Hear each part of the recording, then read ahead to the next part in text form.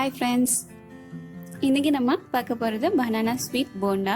Banana use பண்ணி ஒரு sweet recipe எப்படி செய்யலாம் அப்படிங்கிறத பார்க்கலாம். அதுக்கு தேவையான இன்க்ரீடியன்ஸ் பார்த்துக்கலாம். கோதுமை மாவு 1 கப் அளவுக்கு எடுத்திருக்கேன். வாழைப்பழம் 2 நல்லா பழுத்ததாக எடுத்திருக்கேன். நம்ம ஸ்லைஸ் பண்ணிக்கலாம். சர்க்கரை 4லேருந்து 5 ஸ்பூன் அளவுக்கு தேவைப்படும். ஏலக்காய் தூள் 1 டீஸ்பூன், பேக்கிங் சோடா 1 பிஞ்ச், எண்ணெய் தேவையான அளவு. இப்போது ஒரு மிக்சர் ஜாரில் நம்ம கட் பண்ணி எடுத்து வச்சுருக்கேன் பனானாவில் ஆட் பண்ணிக்கலாம். அதில் ஒரு 4லேருந்து 5 ஸ்பூன் அளவுக்கு சர்க்கரை ஆட் பண்ணிக்கிறேன். இது நல்லா கிரைண்ட் பண்ணி பேஸ்ட் மாதிரி எடுத்துக்கலாம். பாருங்கள், இந்த மாதிரி அரைச்சி எடுத்துக்கலாம்.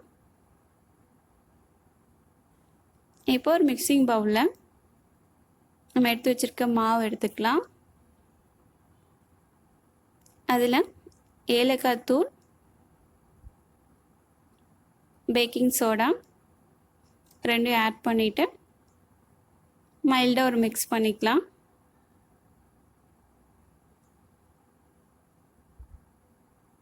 இப்போ மிக்ஸ் பண்ணிவிட்டு அடுத்ததான் நம்ம அரைச்சி எடுத்து வச்சுருக்க பனானா பேஸ்ட் அதை ஆட் பண்ணிக்கலாம்.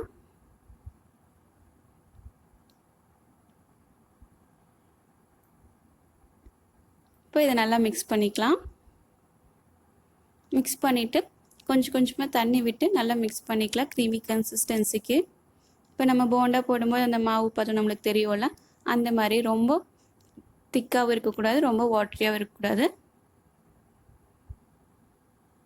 இந்த கன்சிஸ்டன்சிக்கு நம்ம ரெடி பண்ணிக்கலாம். நீங்கள் சுகர் செக் பண்ணுறேன்னா செக் பண்ணிவிட்டு இப்போ வேணும் அப்படின்னா ஒரு டேபிள் ஸ்பூன் அளவுக்கு சுகர் ஆட் பண்ணிக்கலாம். இப்போ நம்ம பேட்டர் ரெடி ஆயிடுச்சு. இப்போ ஒரு கடாயில் எண்ணெய் நல்லா ஹீட் பண்ணிவிட்டு அதில் நம்ம ரெடி பண்ணி வச்சுருக்க மாவை குட்டி குட்டி பால்ஸாக போட்டு ஃப்ரை பண்ணிக்கலாம்.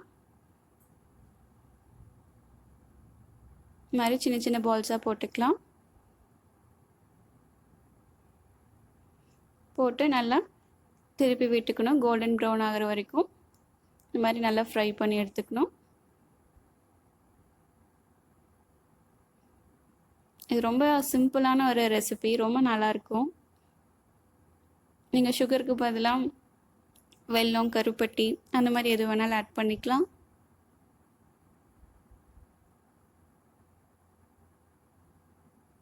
பாருங்கள், நல்லா ஃப்ரை ஆயிடுச்சு.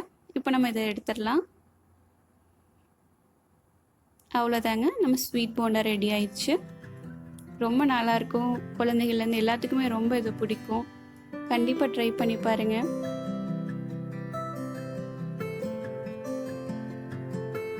தேங்க்யூ ஃபார் வாட்சிங்.